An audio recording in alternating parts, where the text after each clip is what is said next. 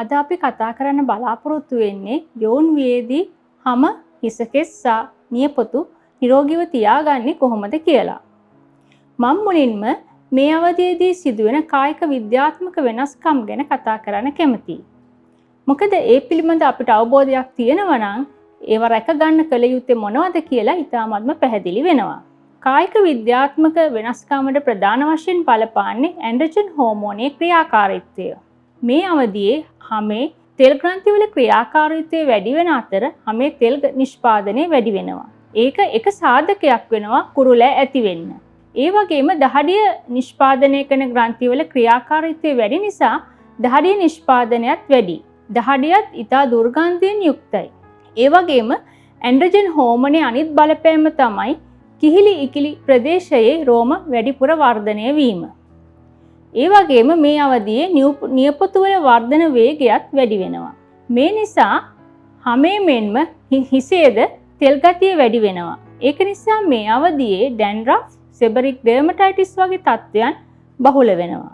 අපි දැන් බලමු හිසකෙස්, නියපොතු සහ හැම නිරෝගීව තියාගන්නේ කොහොමද කියලා. මේ සඳහා සමස්ත ශරීර සෞඛ්‍යම යහපත්ව තියාගන්න එක ඉතා වැදගත්. ඒ සඳහා අපි සමබර ආහාරයක් ගන්න ඕන. ඒ ආහාරයේ ප්‍රෝටීන්, එළවලු, පළතුරු සහ ධාන්‍ය වර්ග බහුල වෙන්න ඕන. ඒ වගේම ප්‍රමාණවත් ජලය පානය කරන්න ඕන.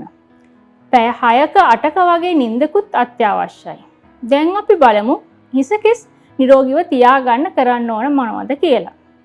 මං ඉස්සෙල්ලා කිව්ව විදියට හිසේ තෙල් ගතිය වැඩි නිසා හිස සතියට 2-3 සැරයක් මෘදු ෂැම්පු වර්ගයක් යොදා සෝදන්න ඕන.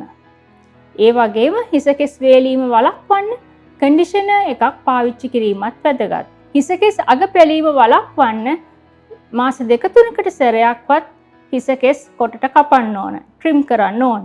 ඒ වගේම හිසකෙස් තදට පිටිපස්සට කරලා බඳින්න හොඳ නැහැ. තදින් ගොතන්න හොඳ නැහැ. ඒකෙන් අපේ කොණ්ඩය ගැලවිලා යන්න පුළුවන්. දැන් අපි බලමු හැම ආරක්ෂා කරන්න ඕන මොනවද කියලා. හැමේ තෙල් ගතිය වැඩි නිසා දවසට දෙසරයක්වත් ජෙන්ටල් ක්ලෙන්සර් එකකින් හැම සෝදා පිරිසුදු කරන්න ඕන. ඊට පස්සේ හැමේ තෙතමනේ තබා ගන්න මොයිස්චරයිසර් එකක් පාවිච්චිය ඉතා වැදගත්. ඊට අමතරව දවල් කාලයේ හිරු රශ්මියෙන් ආරක්ෂා වෙන්න SPF 30ට වඩා වැඩි සන්ස්ක්‍රීන් එකක් පාවිච්චි කරනවා නම් වඩා හොඳයි. ඒ වගේම ඔබ මේකප් පාවිච්චි කරනවා නම් රාත්‍රියේ නිින්දට පෙර මේකප් සෝදා අයින් කරන්න ඕන.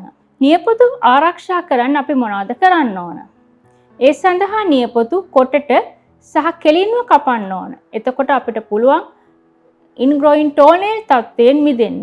ඒ වගේම නියපොතු හා අවට සම මෘදු මොයිස්චරයිසර් එකක් යොදා නම්‍යශීලීව තියාගන්න පුළුවන්.